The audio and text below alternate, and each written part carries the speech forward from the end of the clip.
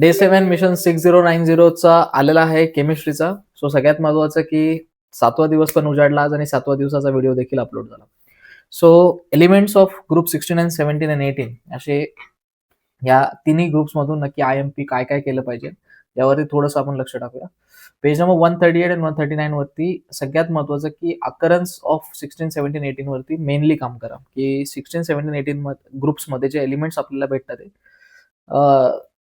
ते कुठून भेटतात किंवा त्यांच्या अकरन्स वरती कोणत्या कोणत्या गोष्टी. ओके, सो विचारणार नाही पण बोलतात ना MCQs आणि 1 मार्कासाठी थोडंसं लक्षात ठेवा.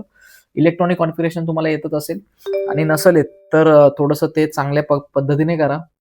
1:2 2:2 वाल्या गोष्टी ज्या आहेत ते प्रॉपरली जर येत नसेल काही मुलांना तर ते प्रॉपरली त्याच्यावरती काम करा. 16व्या 17व्या 18व्या ग्रुपचे सुद्धा जनरल इलेक्ट्रॉनिक कॉन्फिगरेशन आहे. जनरल म्हणजे काय तर सगळ्यांसाठी कॉमन असतं एक. मग तो कॉमन जो इलेक्ट्रॉनिक कॉन्फिगरेशन आहे त्याच्यावरती तुम्हाला काम करायचं. पेज नंबर 140 142 वरती आपल्याला ॲटॉमिक आणि फिजिकल प्रॉपर्टीज, ॲटॉमिक आणि ionic radii, ionisation enthalpy, electronegativity, electron gain enthalpy, melting and boiling points ह्या पॉइंट्सवरती पूर्ण फोकस करायचा आहे. Okay, so page wise IMP points मी काढलेले आहेत. सो हे जे आहेत पॉइंट्स त्याच्यामध्ये आपल्याला कोणत्या गोष्टी दिलेल्या आहेत किंवा कशा मी त्या गोष्टी मांडू शकतो जर मला पेपरमध्ये अशा काही गोष्टी याच्या रिलेटेड आल्या तर. कारण मी पेपर पण बघतो, तुम्हाला पण माहिती आहे. सो पेपरमध्ये तर आपण बघणार आहे की IMP पॉइंट्स कोणते, पण सगळ्यात महत्त्वाचं की तसे पेज वाईज IMP पॉइंट्स काय हे प्रॉपरली आपल्याला आता बघायचं. पेज नंबर 143 आणि 144 वर सगळ्यात महत्वाचं की ॲनोमलस बिहेवियर ऑफ पहिले जे एलिमेंट्स असतात ते खूप महत्वाचे असतात. सो सगळ्यात महत्वाचं की ॲनोमलस बिहेवियर ऑफ वॉटर हा टॉपिक 10वी म्हणजे शिकले असाल तुम्ही की ॲनोमलस म्हणजे काय तर ते वेगळे काय. तर ग्रुपमध्ये फर्स्ट एलिमेंट हा सगळ्यांपेक्षा थोडासा वेगळा असतो. त्याचं कारण असतं काहीतरी. मग ते कारण प्रत्येक ग्रुपचं वेगवेगळं आहे, प्रत्येक एलिमेंटचं वेगळं आहे. सो ऑक्सिजनचं कारण वेगळं, फ्लोरिनचं कारण वेगळं. सो सगळ्यात महत्वाचं एक ते साईज फार बारीक आहे त्यांची.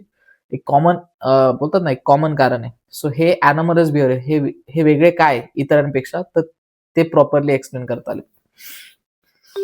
त्यानंतर ऑक्सिडेशन स्टेट्स वरती पूर्णपणे फोकस करा की ऑक्सिडेशन स्टेट्स काय आहेत. रिॲक्टिव्हिटी विथ हायड्रोजन, इथे रिॲक्शन चालू होतात. रिॲक्टिव्हिटी विथ ऑक्सिजन, रिॲक्टिव्हिटी विथ हॅलोजन आणि रिॲक्टिव्हिटी विथ मेटल्स. सो रिॲक्शन एक काम करा, एक पेज काढून सगळे रिॲक्शन जेवढे आहेत त्याच्या हेडिंग्स आणि ती एक जनरल रिॲक्शन लिहून ठेवा म्हणजे जेणेकरून तुम्हाला बऱ्यापैकी त्याच्यामध्ये बोलतात ना की कोणासोबत काय रिॲक्ट झाल्यानंतर मला प्रोडक्ट काय भेटणार आहे याची एक जनरल आयडिया राहते. पेज नंबर 145 146 वरती ॲलोट्रॉपी वरती कोणाकोणाचे सल्फरचे, सेलेनियमचे, पोलोनियमचे, थेल्युरियमचे. सो यांचे ॲलोट्रॉप्स आहेत. सो ॲलोट्रॉप्स वरती काम करा. दुसरी गोष्ट पेज नंबर 147 148 वर ऑक्झो ऍसिड्स वरती काम करा. ऑक्झो acids of sulphur, ऑक्झो acids of halogen, त्यांचे ऑक्झो ऍसिडचं प्रिपरेशन आणि प्रॉपर्टीज. ओके, आणि ओझोन एक टॉपिक आहे. सो ओझोन मध्ये काय काय आहे, ओझोन कसं प्रिपेअर होतं माहित असेल बऱ्याच जणांना. O3 कसं प्रिपेअर होतं. सो O3 हे मॉलिक्युलर नेम आहे ओझोनचं. दुसरी गोष्ट O2 plus nascent oxygen. Nascent oxygen म्हणजे स्क्वेअर ब्रॅकेटमध्ये O लिहिलेला असतो. So O2 plus nascent oxygen तुम्हाला काय देतो, तुम्हाला बऱ्यापैकी ओझोन देतो. ओके, सो ओझोन बद्दल काय प्रॉपर्टीज आहेत ते एक प्रॉपरली बघूया. पेज नंबर 151 152 वरती कंपाऊंड्स ऑफ सल्फर, त्याचे प्रिपरेशन, त्याचे युजेस. ओके, म्हणजे सल्फ्युरिक ऍसिड, सल्फर डायऑक्साईड याचे प्रॉपरली स्ट्रक्चर्स पण करा. युजेस ते कुठे कुठे वापरले जातात ते पण करा. थिअरी आहे, जास्त काय अवघड नाहीये. पेज नंबर 153 154 वरती क्लोरीन आणि त्याचे कंपाऊंड्स आहेत, त्यांचे प्रिपरेशन आहे, त्यांचे प्रॉपर्टीज आहे. Inter halogen compounds one of the IMP topic आहे. हे सगळे जे आहेत मी आता जे हायलाइट करतोय ते सगळे त्याचे जनरल फॉर्म आहे म्हणजे तिथे काही येऊ शकतं. सो कोणत्या कोणत्या गोष्टी येतील. सो इंटर हॅलोजन कंपाऊंड्स मध्ये थोडंसं प्रॉपरली काम करा. युजेस, त्याचे युजेस पण तुम्हाला माहित असले पाहिजे कारण युजेस जर माहित नसतील तर मग प्रॉब्लेम होईल. सो युजेस वरती पण प्रॉपरली थोडंसं डोकं ठेवा, डोकं लावा थोडंसं. ओके, 157 आणि 158 वरती हायड्रोलिसिस वरती काम करा. ऑटो आयोनायझेशन आणि डिस्प्रोपोर्शनेशन. 159 160 वरती uses of inter halogen compounds हे शेवटचा टॉपिक असेल इथे वाटतं. ओके, कंपाऊंड्स ऑफ झेनॉनचे हे सगळे कंपाऊंड्स आहे. ओके, सो हे काय preparation, structure and reaction. So 160 162. Okay, so झेनॉनचे पण जे आहेत कंपाऊंड्स ते सुद्धा तुम्हाला करायचे. एक्झाम फोकस आणि 6 डेली जे प्रोसेसेस आपण फॉलो करतो ते प्रॉपरली खाली दिलेले आहेत. आता ह्याच लेसनचा म्हणजे एलिमेंट्स ऑफ ग्रुप 16 17 18चा चॅप्टर नंबर 7चा क्लास 12 केमिस्ट्रीचा आपल्याला काय करायचं आहे, क्वेश्चन पेपर बघायचा आहे. सो एक पेपर आपण बघणार आहे जो संपूर्णपणे ह्याच लेसनला डेडिकेट होईल. ओके, सो जर तुम्ही ते पाहिलं तर सगळ्यात महत्त्वाचं एलिमेंट्स ऑफ ग्रुप 16 17 18. ओके, 3 तास 70 मार्काचा डिफिकल्टी बॅलन्स्ड आहे असे हे 2 पेपर्स अजून अपलोडेड आहे इझी आणि मीडियम वाले. सो हे तुम्ही वेबसाईटला जाऊन डाउनलोड करू शकता. आधीचं जे IMP डॉक्युमेंट होतं ते देखील तुम्ही वेबसाईटला जाऊन डाउनलोड करू शकता. ओके. सो बघूया ह्या पेपरमध्ये MCQ आपण बघत नाही. ओके. आपण डायरेक्टली पॉइंट्स बघायला सुरुवात करतो की कशावरती आलेले. सो सगळ्यात पहिलं आलंय की ॲलोट्रोप ऑफ ऑक्सिजन वरती विचारले, पण त्याच्यामध्ये एक डीप प्रश्न आलाय की अनस्टेबल कोणते. सो ॲलोट्रोप ऑफ ऑक्सिजन तर लक्षात राहतील, पण सगळ्यात महत्त्वाचं त्याच्यामध्ये अनस्टेबल कोणता आहे हा लक्षात राहणं अवघड आहे. सो प्रॉपरली त्याच्यावरती काम करायचंय. ओके. गॅलिना ओर गॅलिनावरती म्हणजे क्वेश्चन आलेला आहे. त्याचं केमिकल फॉर्म्युला लिहायचंय. Okay. Magnetic property of oxygen O2 ला त्यांनी खूप गृहीत धरले, कारण पहिला एलिमेंट आहे 16व्या ग्रुपचा. सो बऱ्यापैकी पहिल्या एलिमेंट्स वरती खूप सारे प्रश्न राहतात, हे लक्षात ठेवायचं. ओके. त्यानंतर nitrogen found in the group 16 chemistry contest कशा म्हणजे ते ठीक आहे. ऑक्सिडेशन ऑफ झेनॉन विचारलंय. ऑक्सिडेशन स्टेट सगळ्यांना काढता येत असेल तर ठीक आहे, नसेल तर एक छोटासा व्हिडिओ युट्यूबला बघून घ्या की ऑक्सिडेशन स्टेट कशा काढायच्यात, कारण ऑक्सिजन स्टेट खूप महत्वाचे आहेत. त्यानंतर पूर्ण डायरेक्टली प्रश्न आला इंटर हॅलोजन कंपाऊंड्स वरती. हे खूप महत्वाचं आहे. Halogen has a lowest bond dissociation एन्थॅल्पी का, त्याचं कारण सांगा व्यवस्थित. ओके. आता इथं रोम्बिक सल्फर आणि मोनोक्लिनिक सल्फर हे ॲलोट्रोप्स आहेत सल्फरचे. सो ठीक आहे, सगळे सल्फरचे बऱ्यापैकी ॲलोट्रोप्स करा, त्यांची नावं त्यांचं स्ट्रक्चर व्यवस्थित करून घ्या. Okay. Explain anomalous behaviour of fluorine. मी पहिलं सांगितलं होतं एनामलस बिहेवियर हे पहिल्या एलिमेंटचं विचारतातच, आणि ऑक्सिजन आणि फ्लोरीन त्याच्यामध्ये खूप IMP. Draw the structure. Sulphur डायऑक्साईडचं स्ट्रक्चर विचारले आणि त्याचा बॉन्ड अँगल विचारले. म्हणजे SO2चं स्ट्रक्चर फार महत्वाचं आहे. म्हणजे ह्या धड्यांमधून स्ट्रक्चर्स मिस करू नका. कोणते पण मॉलिक्युलर फॉर्म्युला किंवा स्ट्रक्चर जर प्रेझेंट असतील टेक्स्टबुक्समध्ये किंवा त्यांचे बॉन्ड अँगल्स दिले असतील, तर नुसतं SO2चं नाही, बाकी इतर सगळ्या गोष्टींचं पण देखील बघता म्हणजे जेव्हा आपण टेक्स्टबुक बघतो तेव्हा बॉक्स मारा, स्टार मारा आणि त्याची प्रॅक्टिस लगेच बाजूला करून घ्या. नंतर तुम्हाला रिएक्शन लिहायला सांगितली क्लोरीन सोबत. Explain Y water is liquid bye hydrogen sulphide is gas at the room temperature. कारण विचारले H2O आणि H2S की हे लिक्विड मध्ये काय आणि ते गॅस मध्ये काय. ओके. सो ते कारण तुम्ही घेऊ शकता. याची जी आन्सर की आहे ती प्रॉपरली अवेलेबल आहे वेबसाईटवरती. मी तुमचा टाइम न घेता एक छोटासा व्हिडिओ मी क्वेश्चन्स रिलेटेड टाकतो. ओके. रोस्टिंग आणि कॅल्सिनेशन हे खूप आधीपासून रिपीट होत आले. हिलियमचे 2 युजेस सांगितले. ऑक्सिडेशन स्टेट विचारली हॅलोजनची ऑक्झो ऍसिड्स मध्ये. म्हणजे ऑक्झो पर्टिक्युलरली एक लक्षात घ्या, ऑक्झो ऍसिड्स मध्ये त्यांनी ऑक्सिडेशन स्टेट काढायला लावलेली आहे. ओके. त्याच्यानंतर ड्रॉ द स्ट्रक्चरचा परत प्रश्न आलाय XeF4. Okay. Xenon fluoride. Chemical equation परत लिहायला सांगितले H2SO4 आणि शुगरचं म्हणजे साखरेचं आणि सल्फ्युरिक ऍसिडचं रिएक्शन लिहायलाच लावली.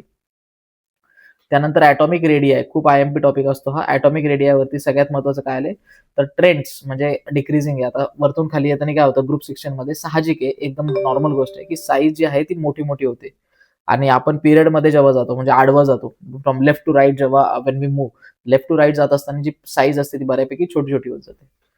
पुढे गेल्यानंतर attempt any 8 of the following questions मध्ये आता 3 मार्काचे ब्लिचिंग ऍक्शन वरती पूर्णपणे फोकस केलेला आहे. ब्लिचिंग माहित असेल सगळ्यांना, कपड्यांना ब्लीच करू नका असं सांगतात, कपड्यांवरती लिहिलेलं असतं जेव्हा तुम्ही खूप चांगले कपडे घेता ब्रँड्स व्यवस्थित, तर आता नॉर्मल कपड्यांवरती देखील एक टॅग असतो की ब्लीच करू नका. त्याची केमिकल इक्वेशन सुद्धा विचारले, म्हणजे ब्लिचिंगचं केमिकल इक्वेशन देखील विचारलेलं आहे. आता XeF2, XeF4 आणि XeF6चं प्रिपरेशन विचारले. म्हणजे आता बघा हे झेनॉन वाले किती, मी बोललो ना झेनॉनचे कंपाऊंड्स आहे म्हणजे 160 लास्ट पेजेस वरती आय थिंक सो 162च्या आसपास. तर ते इथे explain the anomalous behaviour of water oxygen सुद्धा आले. म्हणजे सगळ्यात महत्वाचं की फ्लोरिनचं पण आलंय, ऑक्सिजनचं आलंय, आणि 3 रिझन्स कमीत कमी त्यांनी विचारले. आता सगळ्यात महत्वाचं खाली गेल्यानंतर sulphuric acid by contact process. Okay sir, contact process विचारली. ओझोनचा क्वेश्चन इथे आलेला आहे.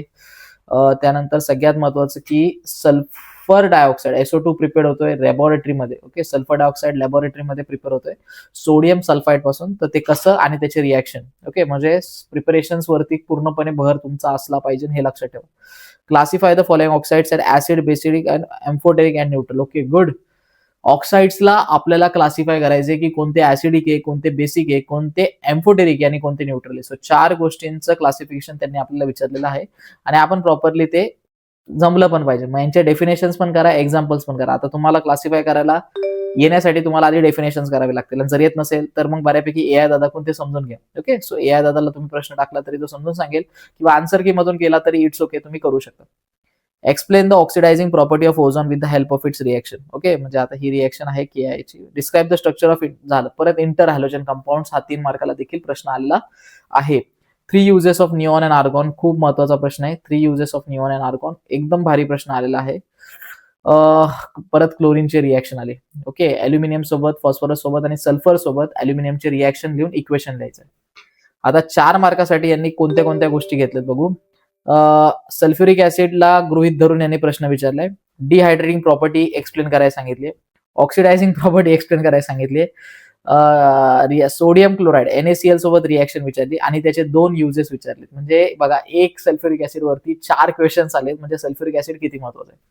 ग्रुप 17च्या कंपॅरिझन मध्ये atomic ionic radii, ionisation enthalpy, electronegativity आणि इलेक्ट्रॉन गेन एन्थॅल्पी. आता हे आले फक्त 17 साठी, पण मी एक लक्षात सांगतोय की 16, 17 आणि 18 ह्याचे तिन्ही ग्रुप्स आहे. याच्यासाठी जनरल एक गोष्ट म्हणजे कॉमन आहे सगळ्यांमध्ये, ती ॲटॉमिक आयोनिक रेडियाची असू द्या, ती आयोनायझेशनची असू द्या, किंवा इलेक्ट्रॉन नेगेटिव्हिटीची असू द्या, किंवा इलेक्ट्रॉन गेन एन्थॅल्पीची असू द्या. या चारही गोष्टींमध्ये काहीतरी कॉमन आहे, जे तिन्ही ग्रुप्समध्ये तुम्ही लिहू शकता आन्सर. प्रत्येक ग्रुपचं पाठ करायची गरज नाहीये. 16, 17, 18 मध्ये कॉमन गोष्ट येते. त्या कॉमन गोष्टीकडे लक्ष देण्याचा प्रयत्न करा, जेणेकरून कन्फ्युजन होणार नाही पेपरच्या टायमाला लिहायच्या वेळेस, आणि बऱ्यापैकी तुम्ही कॉमन गोष्ट लिहिली तर मार्क सुद्धा भेटणार. कारण हा एक खूप चांगला प्रश्न आहे, पहिलं सांगतो मी. आता पुन्हा एकदा झेनॉन वरती 29 वाला क्वेश्चन बनलाय. सो आता इथे आलाय xenon XeO3 XeFC, draw the structure of XeOF4. ते सगळे हिलियम मटेरियल.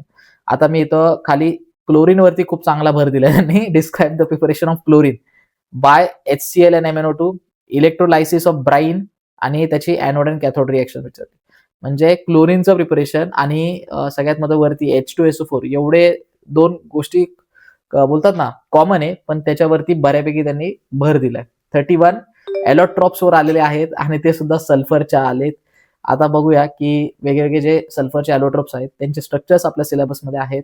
मॉलिक्युलर फॉर्म्युला देखील आहे, बॉन्ड अँगल सुद्धा आहे, काही गोष्टी त्यांच्यावरती डिफाईन सुद्धा झालेल्या आहेत.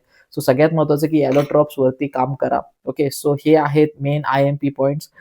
चालू व्हिडिओमध्ये स्क्रीनशॉट काढले असतील तर ठीक आहे, नसतील काढले तर व्हिडिओ परत मागे जाऊन तुम्ही स्क्रीनशॉट्स काढू शकता. 1 पेज जे आहेत, म्हणजे ह्या दोन्ही गोष्टी तुम्हाला वेबसाईटवरती अवेलेबल होतील. सो बऱ्यापैकी आय थिंक सो वेबसाईटवरती जाऊन तुम्ही हे सगळं डाउनलोड पण करू शकता. ओके, मगाशी मला 1 पेजर तुम्हाला दाखवायचं आहे. सो 1 पेजर मी आता इथे आय थिंक सो ते खाली जे ओके. सो हा आहे 1 पेजर केमिस्ट्रीचा डे 7चा. सो डे 7ला एवढे एवढे पॉईंट्स तुम्हाला कव्हर करायचे आहेत, हे लक्षात ठेवा. आणि सगळ्यात महत्वाचं की फिजिक्सचा सुद्धा डे 7 बघून घ्या, नाही तर अन्यथा एकच अर्धी गोष्ट घेऊन पडला. तर अर्धी गोष्ट घेऊन पडू नका. आज 7वा दिवस संपलेला आहे. पुढचे 23 दिवस देखील असेच संपणार आहे. एक एक दिवस मायनस होत चाललाय आपल्या शेड्यूल मधून. एक एक दिवस आपण मागं चाललोय ह्या जगापासून. खूप मुलं लेकरं पुढे निघत चालली. आपणच फक्त आता टाइमपास करत करत मागे राहिलोय. 1 फेब्रुवारीला आपण खूप IMP बघणार आहे, असं असं असं जर असेल डोक्यात, तर कदाचित ते दिवस म्हणजे ती गोष्ट पटापट होणार नाही. कारण ह्या सगळ्या गोष्टी बारीक बारीक ज्या आहेत त्या आत्ता बघितल्या तर त्या IMP गोष्टी त्यावेळेस डोक्यात राहतील, अन्यथा त्या पण डोक्यावरून सरळ जातील. हे सुद्धा मी आत्ता सांगतोय. सो फोकस करा ह्या गोष्टीवरती, आणि हे जे आहेत हे डाउनलोड करून घ्या, प्रिंट मारा आणि घरी अभ्यासाला लवकर बसा, जेणेकरून तुम्हाला बऱ्यापैकी बोलतात ना, म्हणजे खूप कमी टाईममध्ये लेसनची ओळख होईल, आणि लेसनची ओळख झाल्यानंतर त्यातले खूप IMP गोष्टी तुम्हाला समजतील. आन्सर की डाउनलोड करा. इझी मीडियम मोड सुद्धा आहे पेपरचा, तो सुद्धा देखील डाउनलोड करा. ओके, सो भेटूया डे 8ला उद्याच्या भागात. नक्की कोणते IMP आहे आणि नक्की चॅप्टर 8 मध्ये कोणत्या कोणत्या गोष्टी केल्या पाहिजे.